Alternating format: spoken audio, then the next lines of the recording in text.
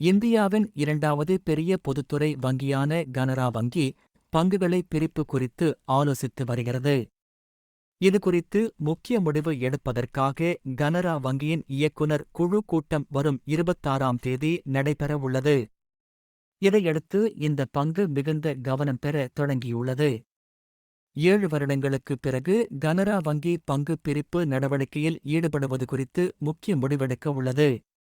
இதற்கு முன்பு 2017ஆம் ஆண்டு பிப்ரவரி 20ஆம் தேதி கனரா வங்கி 1124 கோடி ரூபாய் மதிப்புக்கு உரிமை பங்குகளை வெளியிட்டது. அதன் பிறகு தற்போது பங்கு பிரிப்பு குறித்து ஆலோசனை நடத்தி வருகிறது. கொரோனா பெருந்தொற்றுக்குப் பிறகு கனரா வங்கியின் பங்குகள் கிட்டத்தட்ட 4 ஆண்டுகளில் NSE சந்தையில் பெரும் எழுச்சி அடைந்துள்ளது. அதாவது பங்கின் விலை ரூபாயிலிருந்து 580 ரூபாய் ஆகஸ்ட் அதிகரித்துள்ளது.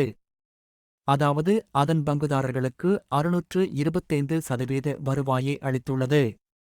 கடந்த ஒரு வருடத்தில் இந்திய பங்குச் சந்தையில் உருவான மிகப்பெரிய மல்டிபேக்கர் பங்கு ஆகும்.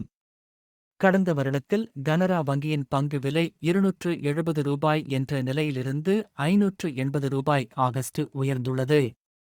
இந்த காலகட்டத்தில் சுமார் 115% வருவாய் கொடுத்துள்ளது. கடந்த 6 மாதங்களில் முதலீட்டாளர்களுக்கு 75% லாபத்தை வழங்கியுள்ளது. அதாவது பங்கின் விலை ரூ. 32.5 இல் இருந்து 580 ரூபாய் ஆகஸ்ட் உயர்ந்துள்ளது.